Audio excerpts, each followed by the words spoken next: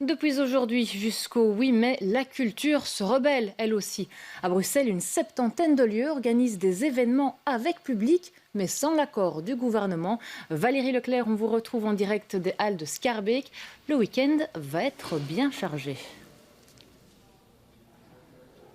Oui, exactement. Il va être chargé. Et là, un premier spectacle vient de se terminer. On a d'ailleurs senti beaucoup d'émotion au moment des applaudissements. C'était une répétition publique d'un spectacle de Gaia Saïta qui est en résidence ici aux Halles de Schaerbeek. Les Halles qui sont les premières à se lancer, ou parmi les premières, en ouvrant ainsi leurs portes à un public limité, une jauge de 50 personnes, en respectant les mesures sanitaires, mais vraiment dans l'idée de reprendre ses droits. On en parle avec Christophe Galland, directeur des Halles.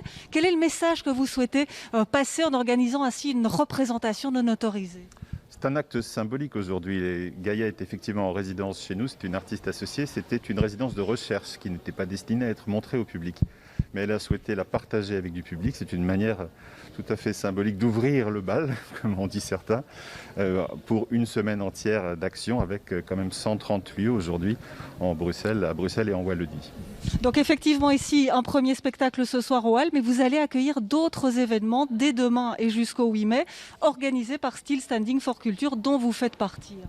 Oui, tout à fait. C'est qu'il va y avoir une semaine de débat sous forme de cabaret débat. Les halles vont être transformées pour évidemment accueillir cette forme particulière dans les conditions sanitaires les plus strictes.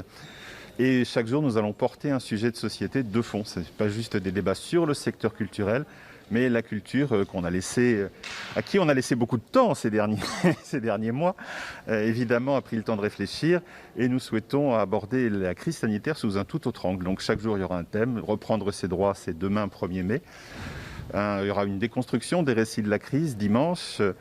Lundi, on sera sur une société sans contact, c'est-à-dire qu'est-ce que ça voudrait dire un avenir sans contact, et ainsi de suite, avec évidemment la jeunesse, quelque chose sur la culture, jusqu'au 8 mai, où ce sera sortir de l'urgence et comment reconstruire l'avenir. Merci beaucoup Christophe Galland. Alors on n'a pas eu de réaction, on n'a pas vu de policiers débarquer ici ce soir, donc l'événement a été toléré. On verra ce qu'il lancera dans d'autres endroits ou dans les jours qui viennent. Mais vous allez l'entendre, assister à un tel spectacle, une représentation non autorisée, est aussi un acte militant du côté du public. Nous avons recueilli quelques réactions à l'entrée. Ça m'a terriblement manqué, la culture, donc je suis très content qu'on puisse de nouveau participer à un spectacle. On se dit que les opérateurs culturels sont tout à fait capables de gérer leurs événements. Et donc là, c'est juste une manière de dire, voilà, on sait faire les choses, regardez, c'est tout. Il suffit de nous suivre. Cette fois-ci, c'est nous qui donnons le ton, quoi. Donc je trouve ça bien de soutenir l'initiative. Voilà, c'est tout. Je pense que c'est essentiel.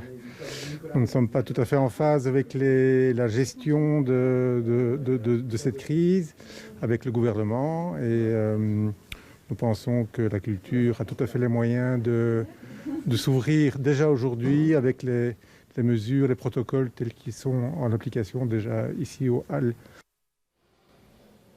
Merci aussi à votre invité.